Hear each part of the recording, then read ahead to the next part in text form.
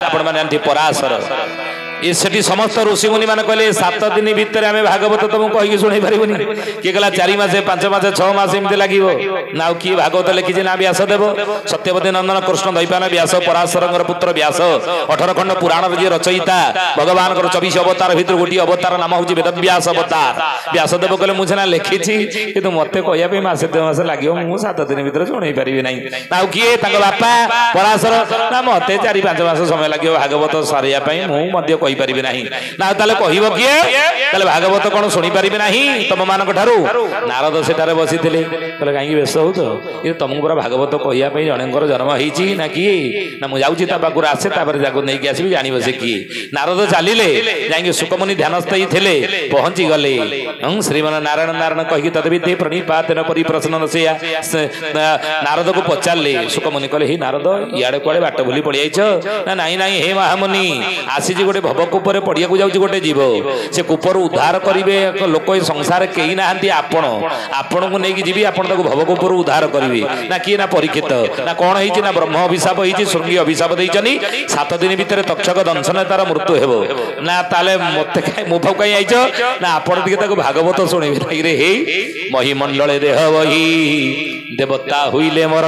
ये महिमंडल देह धारण करले देवता भी मरीचने राम मरीचने कृष्ण जन्म होगी मरीचने समस्ते बुद्ध मरीचने समस्ते मरीचने नहीं किंतु 7 जन ये संसार अमर आपण मैंने मन रखते 7 जन मरी ना संसार जन्म होई किए अस्वस्थमा बलि व्यास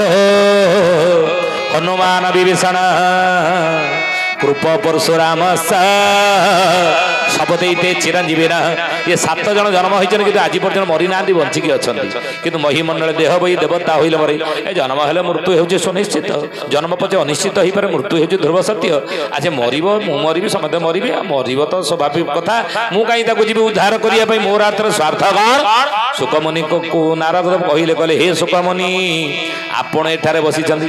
बाट आपण हूँ आखि थी लोक आप आखि अच्छी देखिपार ना हाँ ना ये बाट दे गोटे अंधटे जाऊँ आगे गोटे विराट खालटा अच्छी अंधटा जानी पारानी से खाल पड़ी मरीगला दोष क्या लगे ना आखि थी लोक लगे ना कहीं ना अंधटा जो बाट देखिए जाऊँगी आगे खाल अच्छी कि ढीप अच्छी से जाने ना आखि थी लोक देखुची सी जब सतर्क न कला पापर ये भागीदारी होनी आखि थी लोक ना ये कथा आपड़ कौन ना हाँ ना आपण हेले आखि थी लोक जीव मात्र के परीक्षित आ से भवक ऊपर पड़ी जब मला बोले आपन को दोष लगे ये पदी कथार सुकमुनि उठिकी आसीगले 58,000 ऋषि मुनि मैंने ठिया है प्रणाम जनइले नहीं ज्ञाने न सदृश पवित्र मिह विद्यते ज्ञान ठार संसार बड़ आ कि ना आम आपण तुम बयस बड़ हो पार कि आपड़ हूँ आम ज्ञान बड़ आम मान से आम प्रणाम करुचु प्रणाम कर बसी पड़े सुकमुनि कहले कहले अच्छा किए से ब्रह्म अभिशाप क्या लोक किए कहीं श्रृंगी क्या अभिशाप देते कहीं परीक्षित आज्ञा ये अपराधी ये पापिष्ट मु आज्ञा ना कौन तुम चाहूच कौन चाहूच ना मत मुक्तिर बाट कौन कहतु सुकमुनि आखिर 2टा लुह गड़ी पड़ा कहले हे परीक्षित जदि तुम्हें मत पचारि था बंचार बाट कौन कह जदि पचारि था बंचार बाट कौन मुझे तुमको बतई थी तक्षक दंशन कले सुधा तुम मरी न मोर तपशक्ति बल में तुमको बंचई था कि तुम्हें ये कथा पचाल ना पचाल बंचा मुक्तिर बाट कौन ना कहीं पचाल ना मृत्युर भयर भयभीत जो मनीष हो जाए से 10 दिग घूरी बुले मृत्यु प्रति भय तार छाड़े ना कि जिते भगवत शरण को आसी जाए से मुक्ति मृत्यु को मध्य से जयलाभ करे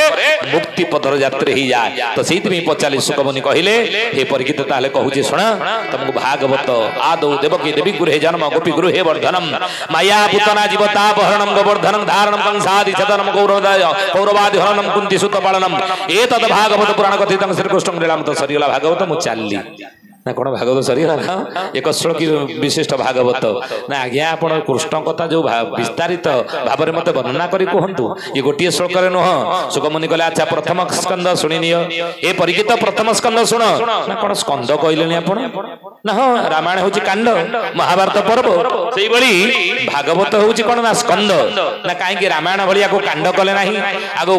कौन महाभारत भली पर्व कले ना कहीं आगो स्कंद कले ना स्कंद कहले अंग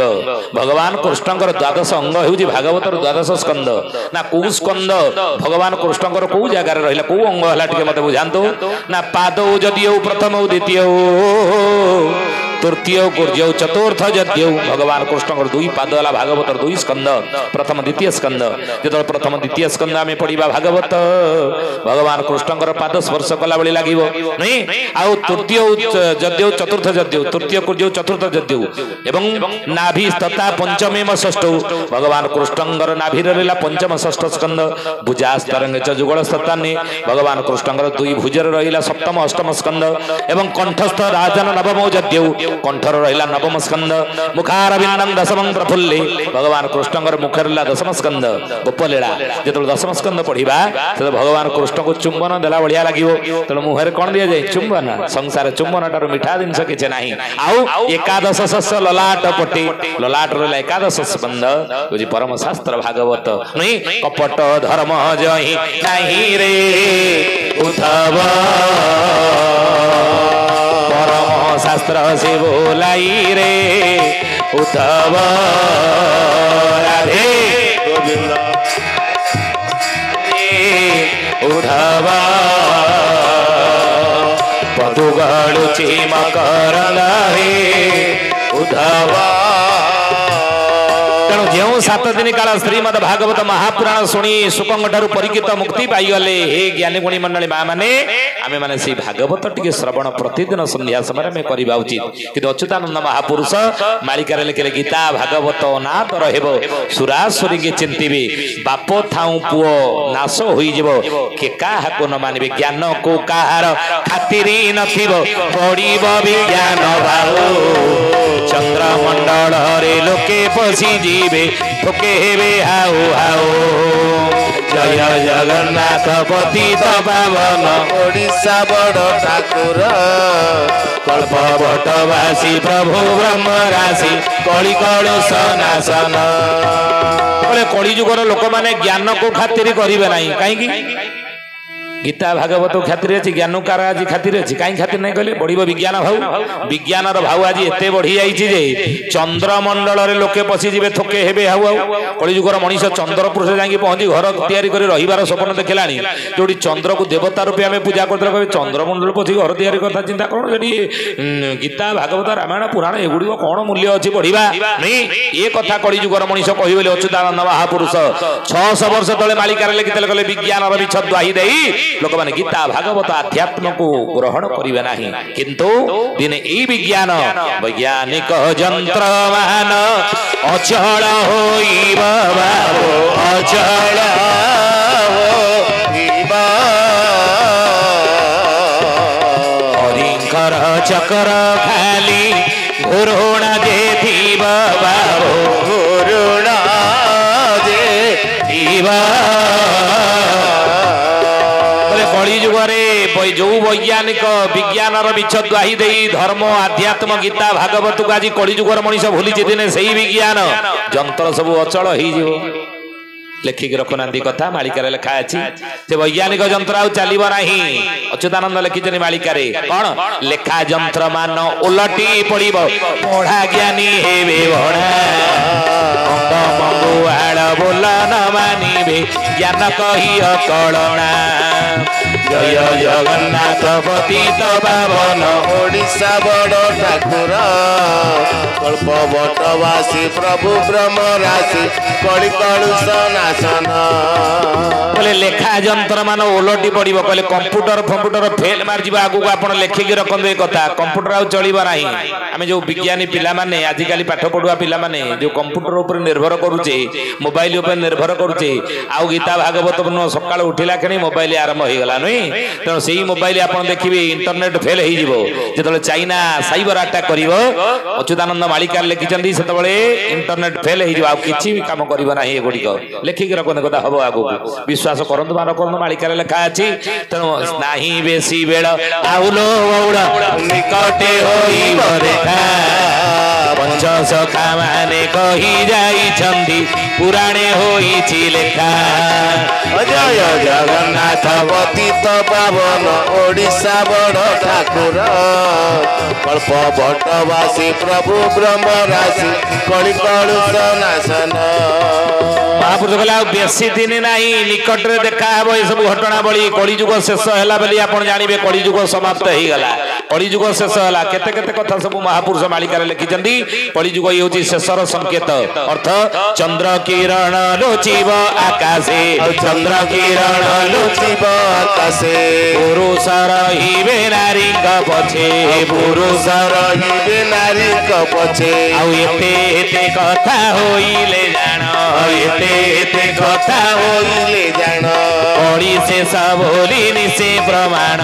कड़ी शेष बोली निसे प्रमाण बोले बाबूरे चंद्रर किरण मध्य आँख को देखा जीव नहीं सूर्य किरण मलिन हब चंद्र किरण लुचि जीव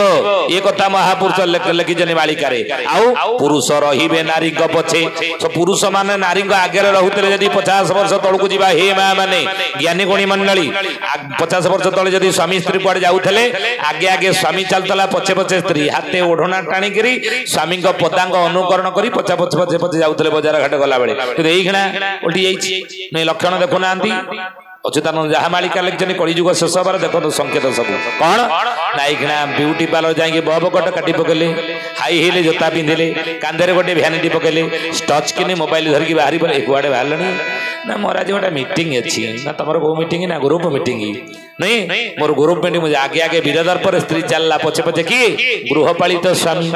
पछे पछे गृहपालित स्वामी नुह कि गोटे हाथ में परिवा बैग आर काकर छुआ काक होइदब आजिकल स्त्री लोक मैंने बजार घाट भुवनेश्वर गला बेले छुआ काकौ ना महापुरुष मालिका लिखिले एते एते कथा होइले जान एते एते कथा होइले जान कली शेष बोली निसे प्रमाण कली शेष बोली निसे प्रमाण ये घटना गुड़िक देखिले आप जानवे कलिजुग शेष बेला आप भल समय आसो पृथ्वी ध्वंस हो भावतुनि मालिकार जहाँ भविष्यवाणी महापुरुष मैंने कर कौन पृथ्वी ध्वंस बना आप गोटे भल समय आसो कलिजुग शेष ही सत्य जुग आसीज गोटे भल समय आम समस्त आसो किंतु महापुरुष कलिजुग शेष सत्य जुगर आगमन गोटे संकेत से कही कौन संकेत ना जो स्त्री लोक आगू जीव पुरुष पछे आज की 50 वर्ष तौक जातु गाँव में जब भोजी भात होता से भाई मैंने आगे खाई सारा कौन कहते सब समझ माँ मान पठे दियो घर को सब पठे दियो सब खाइबे स्त्री लोक मैंने कूड़ हुआ शुणी कहुला बाहर को आसुन कि यहीना कौटी भोजी भात आगे माँ मान आगे बस दियो आगे माँ मान बस दिए आम सब पछे खाइबा नुहे तेणु स्त्री लोक आगू पड़ जाइए नारी आगू आई पुरुष सब पछू पड़ जाइए जानवे जे कलिजुग शेषर लक्षण खाली से नुहे राशन कार्ड सरकार कर कौन पुरुष ना ना स्त्री ना तेणु स्त्री की आगे रखिले पुरुष को पछे रखिले जानवे कलिजुग शेष खाली से नुहे पिलार ना आडमिशन स्कूल है बेले 50-30 वर्ष तले गार्डियन ना बापार पड़ूला ये पिलार स्कूल ना आडमिशन कला गार्डियन ना मार पड़ुची नुहे स्त्री आगू पड़ जाइए पुरुष पछू पड़ जाइए जानवे कलिजुग शेष आप बस रे जी महिला सीट लिखाई पुरुष सीट ना पुरुष नारी आगू पड़ जाइए पुरुष पछरे नुहे स्वामी स्त्री जब बाड़िया पिटा हेले स्त्री स्वामी जब हाथ उठेला स्त्री सांगे सांगे आंगुड़े सावधान हाथ बाजी सांगे सांगे चलनी महिला कमिशनर आ पुरुष उपर जब 2-4 चटकणा बसाई कौन कहूँ जाऊँगी पुरुष कमिशन कौ अच्छी नहीं तेणु नारी आगू बढ़ जाइए पुरुष पछरे एते एते कथा होइले जान एते एते कथा होइले जान कली शेष बोली निसे प्रमाण कली शेष बोली निसे प्रमाण यही घटना गुड़िक देखिले आप जानवे कलिजुग शेष बेलार ये शेष संकेत बुझे आप भल समय गोटे आगू आसो तुकार वचन कहिबे निज कांत को नारी बारांगना भेष बहिबे दिले लज्जा न करी बारांगना भेष बहिबे दिले लज्जा न करी बारांगना भेष बहिबे दिले लज्जा न करी ए भूल बुझिबे ना कलिजुग शेष समय आसीगला बेले आउ केमी जानिबा कोन घटना देखिले ना आगुरु 30 वर्ष तले स्वामी की स्त्री आपण बोली कहूला आपण धीरे धीरे खसी खसी की तमे हैला तमर एकना खसी की कौन है तू मो बापा माँ एत खराब तो बापा माँ भल कहूना तेणु तू बोली जो स्त्री स्वामी की कह जानवे कलिजुग शेष समय आसीगला अच्युतानंद लिखिं मालिका बारांगना बेश बहिबे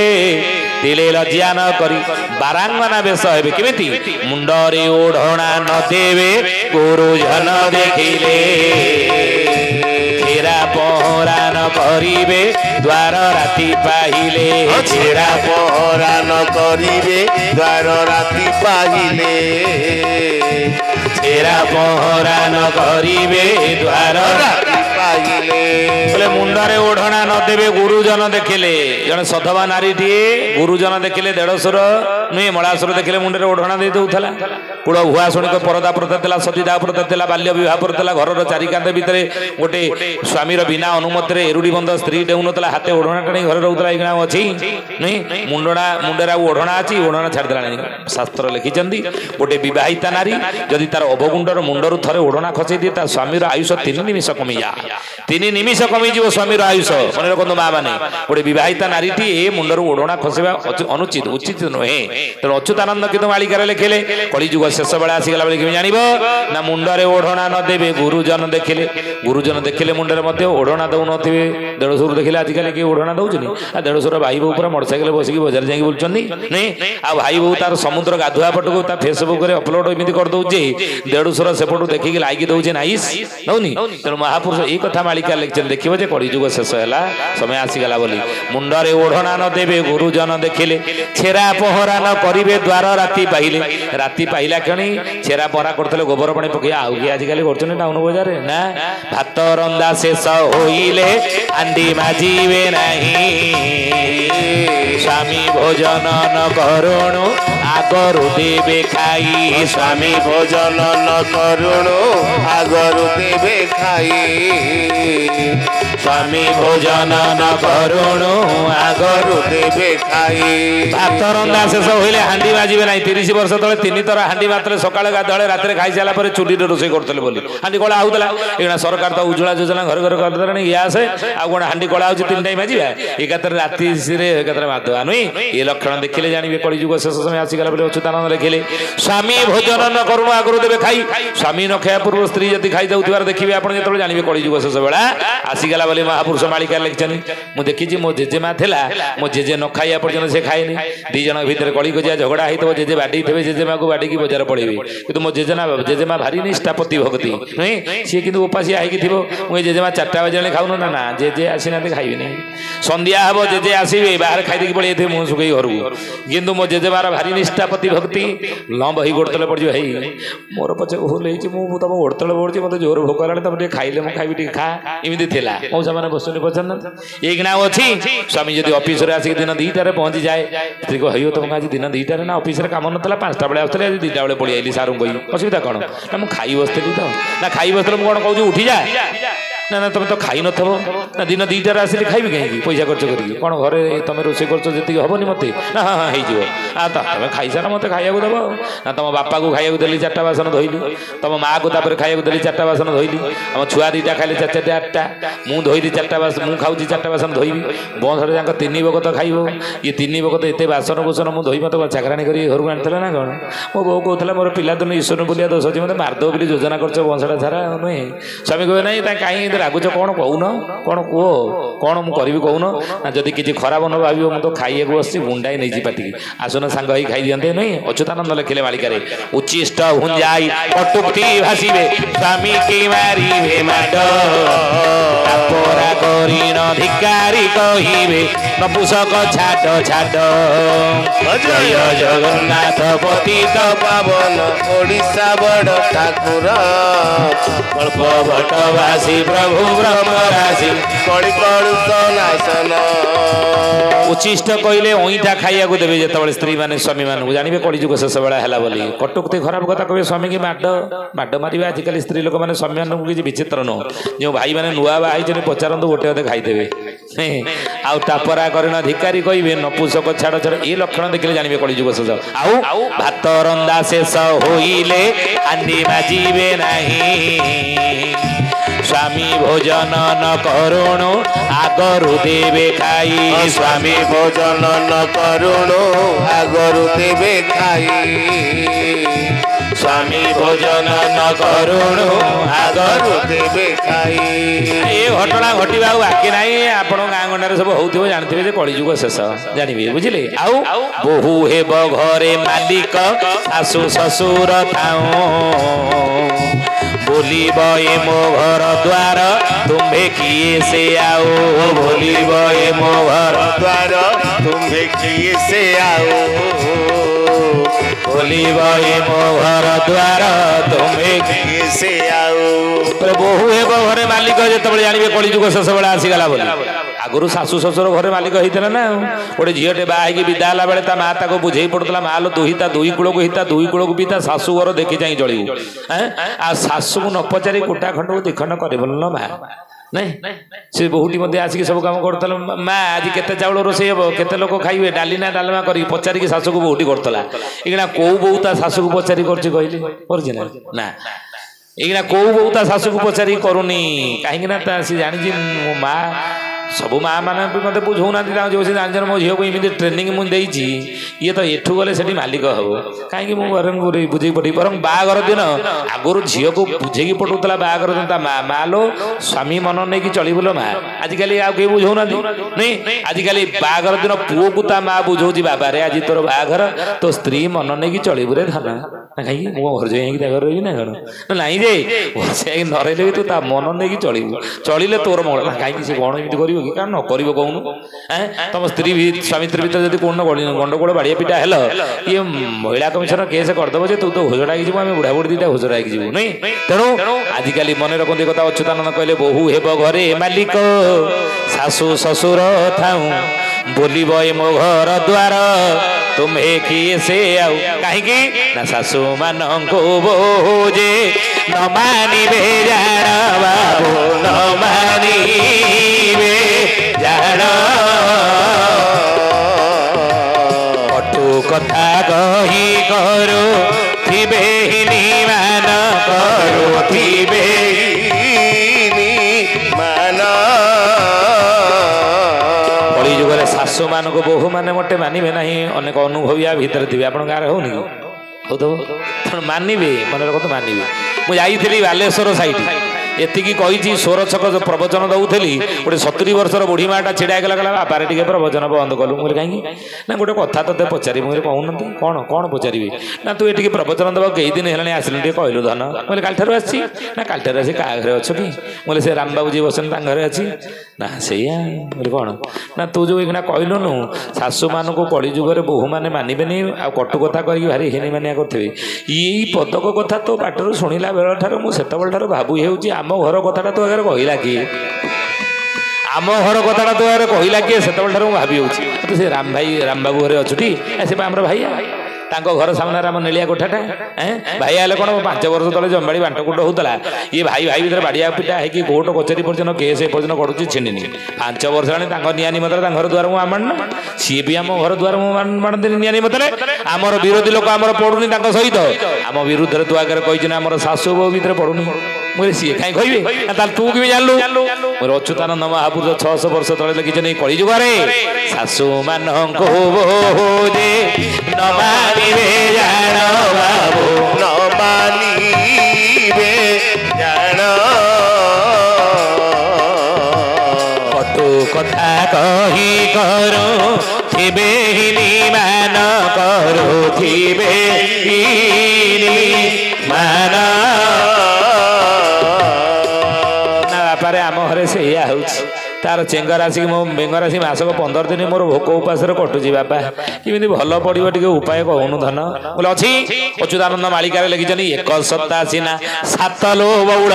187 7 बहु माने सब चाकरी करिवे शाशु रांधुथिब भात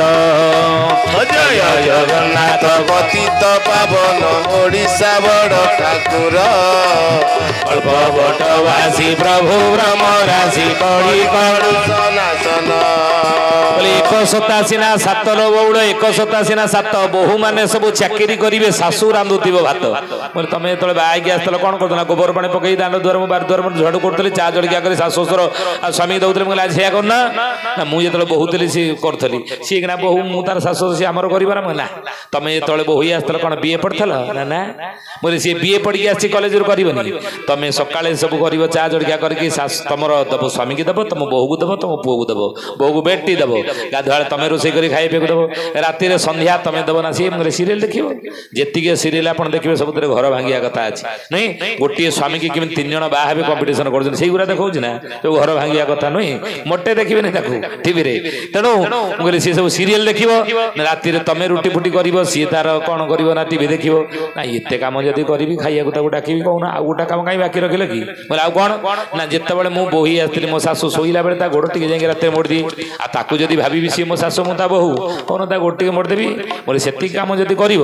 ତମ ବୋହୁ ଯାଇକି ତା ବାପ ଘର ଗାଁରେ ତମ ନାଁରେ ପ୍ରଶଂସା ଛଡ଼ା ଆଉ କିଛି କରିବେନି, କହିବ ମୋ ଶାଶୁ ଭଳିଆ ଶାଶୁ ଖଣ୍ଡ ମଣ୍ଡଳରେ ଗାଁରେ ହେବେନି, ମାନେ ପୁରା କୁଟା ଖଣ୍ଡକୁ 2 ଖଣ୍ଡ କରିଦିଏନି। ନା ତା ଗୋଡ଼ ମୋଡ଼ିବି, ତା ଗୋଡ଼ ମୋଡ଼ିବି ଯଦି କହୁଛ 5 ବର୍ଷ ହେଲାଣି ଅଲକ୍ଷଣଟା ଘରକୁ ଆସିବା ଦିନଠାରୁ ମାସକୁ 15 ଦିନ ମୋର ଉପାସରେ କଟୁଛି। ଯଦି ଗୋଡ଼ ମୋଡ଼ିବା କଥା କହୁଛ, ଯେତିକି 5 ବର୍ଷ ହେଲାଣି ରାଗ ତା ଉପରେ ମୋର ଅଛି, ତା ଗୋଡ଼ ପାଖରୁ ଆରମ୍ଭ କରି ତା ବେକ ପାଖରେ ଯଦି ଶେଷ ନ କରିଦେଇଛି ଆଜି ସିଏ ମତେ କହିବ, ବୁଝିଲେ। ତେଣୁ ମହାପୁରୁଷ ମାଳିକାରେ ଲେଖିଲେ, କହିଲେ ଶାଶୁ ମାନଙ୍କୁ ବୋହୁ ଯେ ନ ମାନିବେ ଜାଣ ବାବୁ, ନ ମାନିବେ ଜାଣ କଟୁ କଥା କହି କରୁ ଥିବେ ମାନ କରୁଥିବେ ମାନ।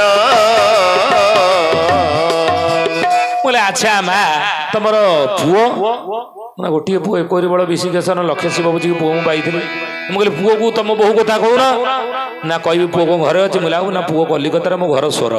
ପୁଅ କଲିକତାରେ ମାସକୁ ଆସୁଛି ନା ଆସୁନି। ମୁଁ କହିଲି ଆସୁଛି, 2 ଦିନ ରହିକି ପଳେଇ ଯାଉଛି। ମୁଁ ସେତେବେଳେ କହୁନ ନା, 2 ଥର କହିଥିଲି,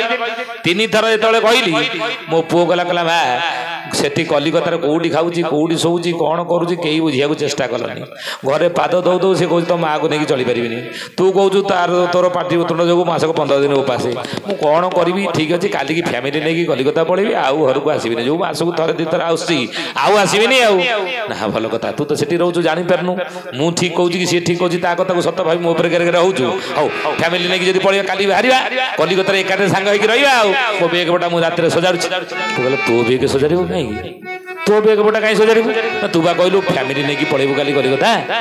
ନା ମୁଁ ଫ୍ୟାମିଲି ନେଇକି ଯିବି, ତୋ ବେଗ କାହିଁକି ସଜାଡ଼ିବୁ? ନା କାହିଁକି, ତୋ ଫ୍ୟାମିଲି ଭିତରେ କଣ ମୁଁ ନାହିଁ? ଆଜିକାଲି କୋଉ ବାପା ମା ପୁଅ ବୋହୂଙ୍କର ଫ୍ୟାମିଲି ମେମ୍ବର ନୁହନ୍ତି ନାଇଁ। ଅଚ୍ୟୁତାନନ୍ଦ ମାଳିକାରେ ଲେଖିଲେ, ପିତା ମାତାଙ୍କୁ ଯେ ପୁତ୍ର ନ ମାନିବେ ଭିନ୍ନ ଭିନ୍ନ କରି ଘର, ଲକ୍ଷେ କର୍ଜିଲେ ପକ୍ଷେ ନ ଅଣ୍ଟିବ ନିଷ୍ଠା ବଚନ ମୋର। ଜୟ ଜଗନ୍ନାଥ ପତିତ ପାବନ ଓଡ଼ିଶା ବଡ଼ ଠାକୁର, କଳ୍ପବଟବାସୀ ପ୍ରଭୁ ବ୍ରହ୍ମ ରାଶି କଳି କଳୁ ସନାସନ। କଳି ଯୁଗରେ କହନ୍ତିନି ଯେତେ ଭାଇ ସେତେ ଘର, ଯେତେ ଝିଅ ସେତେ ବର। ଆମେ ଜାଣିଛେ ସବୁ ସମୟରେ ଅଛି, କିନ୍ତୁ ବଡ଼ ଆଶ୍ଚର୍ଯ୍ୟ ଲାଗେ ଶୁଣିଲେ, ଯଦି କୋଉଠି ହଉଛି ଘଟୁଛି ଦୁଃଖ ମଧ୍ୟ ଲାଗେ କାନରେ ବାଜିଲେ କଥା। ଆଜି କଳି ଯୁଗରେ ପୁଅମାନେ ବାପା ମାଆକୁ ଭିନ୍ନ କରିକି ସ୍ତ୍ରୀ କି ଧରିକି ଅଲଗା ରୋଷେଇ କରି ଖାଉଛନ୍ତି ନାଇଁ। ଅଚ୍ୟୁତାନନ୍ଦ ସାବଧାନ କଲେ, କଳି ଯୁଗରେ ଯୋଉ ପୁଅ ବାପା ମାଆକୁ ଭିନ୍ନ କରି ତାଙ୍କ ପ୍ରତି ଅବହେଳା କରି କର୍ତ୍ତବ୍ୟ ନ କରି ସ୍ତ୍ରୀ କି ଧରି ଅଲଗା ରୋଷେଇ କରି ଖାଏ, ଲକ୍ଷେ କର୍ଜିଲେ ପକ୍ଷେ ନ ଅଣ୍ଟିବ। ମାସକୁ 1,00,000 ଟଙ୍କା ଚାକିରି କରିକି ବେପାର ପଟା କରି ରୋଜଗାର କରୁଥାଉ, କିନ୍ତୁ ପେଟ ଚାଖଣ୍ଡେ ଶାନ୍ତିରେ ପୁରେଇ ପାରିବ ନାହିଁ ସେ ପୁଅ। କାହିଁକି ନା ବାପ ପରି କିଏ ହବରେ ମନୁଆ, ପରି କିଏ ଏବ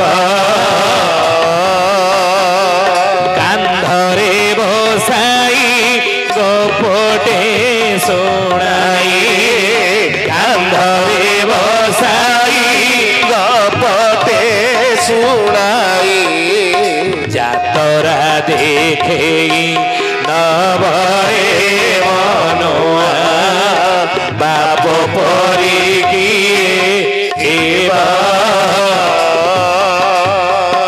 ବାପର ମୂଲ୍ୟ କେତେ, ବାପ କଣ ଯେ ପର୍ଯ୍ୟନ୍ତ ପୁଅ ବାପ ହେଇନି ସେ ପର୍ଯ୍ୟନ୍ତ ବୁଝିପାରିବ ନାହିଁ କେବେ। ଯେ ପୁଅ ବାପ ହବ ଜାଣିବ ବାପର ମୂଲ୍ୟ କେତେ, ଆଉ ବାପର ଆବଶ୍ୟକତା ତା ପାଇଁ କେତେ।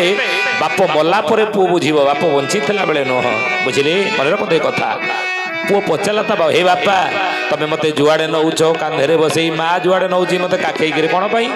ନା ତୋ ମାକୁ ଆଗେ ପଚାର। ମା କହିଲା ଧନରେ ପୁଅ ପାଠ ପଢି ଚାକିରି କରି ବଡ ହେଇ ବିଦେଶରେ ରହି ମାସକୁ 1,00,000 ଟଙ୍କା ମା ପାଖକୁ ପଠଉ, ତାଠାରୁ ଦୂରେଇ ଯାଇ ଦୂରେ ରହି ମା ତା ମୁହଁ ପ୍ରତିଦିନ ଦେଖି ନ ପାରୁ, ଏଇ କଥା କୋଉ ମା ଚାହେଁ ନାହିଁ? ମା ଚାହେଁ, ସବୁ ମା ମାନେ ଚାହାନ୍ତି ମୋ ପୁଅ दिन को बर 200 टଙ୍କା रोजगार करूँ प्रतिदिन सकाଳେ सन्ଧ୍ୟାରେ ମୁଁ ତା ମୁହଁ ଟିକେ ଦେଖିପାରେ ନାଇଁ ମୋ ଆଖି ସାମ୍ନାରେ ସେ ରହୁ ମୋ କାନ୍ଧ ସହିତ ତାର ମିଶୁ କାନ୍ଧ ମିଶୁ ଉପରକୁ ନ ଯାଉ ନାଇଁ ସବୁ ମା ମାନେ ଚାହାନ୍ତି କିନ୍ତୁ ବାପା ତମେ କାହିଁକି ମତେ କାନ୍ଧରେ ବସିକି ନିଅ ଯୁଆଡେ ନିଅ ନା ଧନରେ ଯୋଉ ପୁଅ ବାପର ପରିଚୟରେ ଦୁନିଆରେ ବଞ୍ଚିଲା ସେ ପୁଅର କିଛି ମହତ୍ଵ ନାହିଁ पुओ चली जाऊ गाँ रास्तार कहे हे देख देख अमुक बाबूर पुओ जाऊँ से पुअर बाहादुरी किसी ना बाप चली जाऊ गाँ रास्ता देख देख देख अमुक बाबूर बाप जाऊँ से बाप छाती पुण्य मोट हो पुओ 100 टंकार कलिकतार साले पठे भी से बापा 5 घर नहीं बुलिकी सांग साथी देख मो पुओ पठे मो मो कलिकतार शीत दिन घोड़े कहीं अरे निजे पियो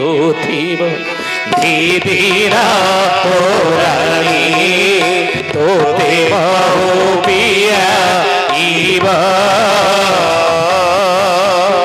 चीरा गाँव छाड़े देह को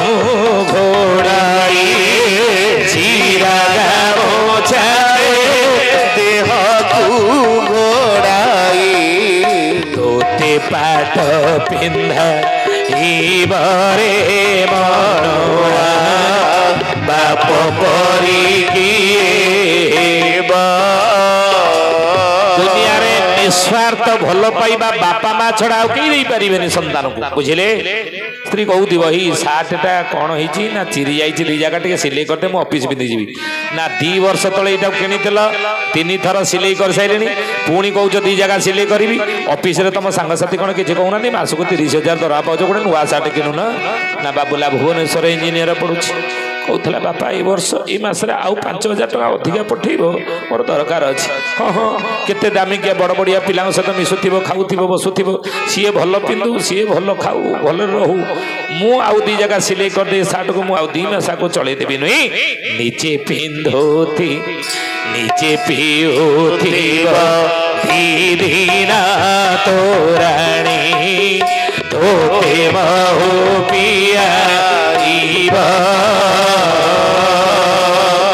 चीरा गामो छाड़े देह को घोड़ाई चीरा गामो छाड़े देह को घोड़ाई तोते पाट पिंधा बरे मनोआ बाप परी किए पिता स्वर्ग पिता सत्य पिता ही परम तप पितरी पितिमात्मने प्रियंदे सर्वदेवता जो पुओ बापा माँ प्रति बापा माँ को हतादर करी प्रति अन्याय करी बापा माँ को भिने करे प्रति कर्तव्य करे नाही 1,00,000 टंका रोजगार कले मध्य पक्षे अंटिब नाही अच्युतानंद दृढ़ वाक्य कहिछथि भविष्यवाणी निष्ठा वचन मन रखु आपण गाँव में मलिन हो आपण गाँव में पुओ माने बापा माँ प्रति निज कर्तव्य को न भूलंतु तांकर सेवा बार्धक्य काल करंतु मार मूल्य कौन बा कहवा कहते माँ ऋण के सुजिन के दुनिया रे सुझी पारे ना हे ज्ञानी गुणी मंडली थरे गोटे पुओटे आसी पहुंचला विदेश बोले हे माँ मत साई पड़िशा कहते माँ ऋण कई सुजिन के सुझी पारे ना कौन तोर एत ऋण केते टंका दरकार कहून मुझे मात्र ऋण मुक्ति करदू ना ये कथा हौ शीत दिन हो ओदा बिछण खाली देह गोटे राति शोक कटे देव रे धन मात्र ऋण मुक्ति करदेवी ना हे माँ शीत दिन खाली ओदा बिछण खाली देह माँ मरीजी माँ ना ये कर जा पचारि दिया सब माँ मान को एमती केते शीत राति तोते बिछणार धरिक मु शोई थाए राति अधे परिश्रा तो करदे कुआ कुआ राब दौ मो निद भांगी जाए तोते से परिश्रार उठे शुखिला बिछणार शुआई दे केते शीत राति ओदा बिछणार तो परिश्रा शोईक मु कटे देजी पचारि दिया सब माँ मान कहीं माँ जाने सिना पुत्रर वेदना ताके जानिब माँ जाने सिना पुत्रर वेदना ताके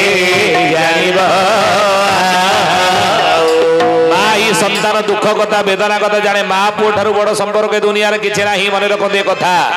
हे ज्ञानी गुणी मंडली पुओ विदेश रहू तो माँ हाथ गोटे बासन जदि खसी जाए माँ छाती छनका बसी जाए मो छुआ उपर किसी विपद पड़ा कि निजर शक्ति सामर्थ्य नथिले गाँव रोते बुढ़ी माँटे निआश्रीटे कौन करे ना गाँ ग्राम देवती पाखे निज पुअर भविष्य सुख समृद्धि केते मानसिक कर से ए बुढ़ी ठाकुराणी हे ग्राम देवती मो छुआ को तू घंट गोड़ी रखी ते भल कि गाधे देवी शाढ़ी देवी मो छुआर किसी अमंगल न हो हूँ माँ हे ज्ञानी गुड़ी मंडली माँ छड़ा दुनिया रे संतान आउ कहीं निजर नाहांती मन रखते कथा कहीं कहते माँ ही हूँ मात्र कुपुत्र जायते क्वचित भी कुमाता न भवती पुओ पचे कुपुत्र हो पारे माँ के मेले कुमाता हुए ना तेणु माँ पिता माता थारू बड़ देवता के सरग राही जनाई अच्युतानंद महापुरुष कहले आंगठार बड़ देवता कहीं ना प्रति अवहेला करते ना आपण गाँव जो पुओ मैंने अच्छा बह कर वृद्ध पिता माता सेवा जत्न करूँ जदि भागवत आम प्रति वर्ष एठार करने मनस्थ करें भागवत पाठ होतार सार मर्म हो गुरु गुरुजन प्रति अवहेला करते ना परिवार आपण स्वर्ग हो पिता माता जदि सेवा आम करवा ये ज्ञानी गुणी मंडली सुधी जाने आलोचना करते भागवतर विषय वस्तु बुझे यहीठार ही प्रसंग सरीबा आग को भल समय अच्छी गोटे सुवर्ण समय गोटे रोग कथा आम पचर रखी जाइलु 4टा रोग गोटे रोग शेष रोग प्रथम है डायबिटीज द्वितीय हूँ हाई बीपी लो बीपी तृतीय गैस चतुर्थ हूँ चिंता ज्वरे प्राणी मरे आज कली जुगे मनीष चिंता चिंता चिंता परिवार चिंता पुओ चिंता झील चिंता रोजगार चिंता घर चिंता ये चिंता ज्वर मनीष को ग्रास कर 4टा रोग 180 भाग लोक कली जुगे है बोल भक्त वत्सल भगवान की बरहमपुर साइड थे प्रवचन देवाक जाइए 7टा बेले प्रवचन आरंभ कली 2000 खंडे बस शुणुले जमी 9टा बेले होती जनक पर जड़े उठिक चलिए 9टा बेले देखिए जड़े बस चेयर मुझे प्रवचन दूसरी मुझे ये जब उठिक पड़े मुझे शुणी क्या पालुकू ना चेयर को तेणु से काले मो प्रेस्टिज लीक हो सब उठिक पड़े मुझे 9टा बेले प्रवचन बंद करदेली बंद कर से भाई जन डाकिली मुझे शुणल ना कौन है बोले भाई तुमको कोटि दंडवत हो धन्यवाद दूसरी ना कहीं बोले सब पड़े गले तुम बसीच से तुम एत समय बस मो प्रवचन शुणल मो प्रवचन एत तुम भल लगे उठिक जापारे से धन्यवाद दूसरी तुम उठिक पड़ जाइए मो प्रेस्टिज लीक हो जाता शेष पर्याय बस मो इज्जत टे बचेल से कोटि दंडवत दूसरी ना अच्छा तुमको ये डाकी किए बोले कहीं ना तुम साधारण ज्ञान ना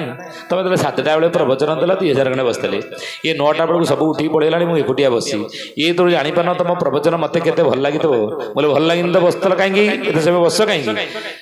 ना देख जो मैंने सब उठिक पड़े गले बसते 2000 खंडे खाली हाथ में आसते खाली हाथ में पड़े गले काणी कौटी आन तुम प्रवचन भल लगे उठिक पड़े किंतु मु कौन ये बसी भाया खाली हाथ में आसती कि मुझे ना मत तुम प्रवचन भल लगुनि कि जबरदस्तिया बसी मोर कहीं ना मुझे भाया खाली हाथ में आसती मुझे ना तुम जो पेंडाल पर बसे ना से पेंडाल पर बस जो बेडसीटा पेंडाल पर पड़ी से मोर केते बेले तुम तुम प्रवचन सार मो बेडसीटा नहीं घर को जी तारी अपेक्षा बसी तुम प्रवचन शुणा अपेक्षा नुह कहीं कथा कहले शेष में आपण मैंने जो मैंने बसुनी शेष पर्यंत से ब्रह्मपुर वाला भाया बेडसीट उठा वाला भाया कहीं ना तो ना ठीक अच्छे मालिका मुझे कम कही मालिका बेसी कहनी भागवत सबुआड़ टे आलोचना करे जाऊ प्रभु जाऊ शारदा बाबा जे कि मोर पूज्यास्पद मु बहुत माने समय असुविधा असुविधा मत से साहाय्य सहयोग हाथ बढ़ाती आउ से तो सबुआड़े से परिचित आज ओडिशार सबुआड़े घर घर से परिचित तांकर आग्रह क्रमे नवेदन से निमंत्रण क्रमे मुझे आपण ग्राम को आसी 2 पद भगवत कथा मालिका एवं प्रभुंर कथा किसी आलोचना कली कि गोटे कथा जी कथा कहुए ताकि किसी निज जीवन में आप पालन करेंगे कले आम गाँ टी आदर्श गाँ हम आम परिवार स्वर्ग हो आम पिला संस्कारित हूँ पिला धन नुह गुण दियो शिक्षा दबा दीक्षा दबा संस्कार दबा धन पड़ाए नुह तेणु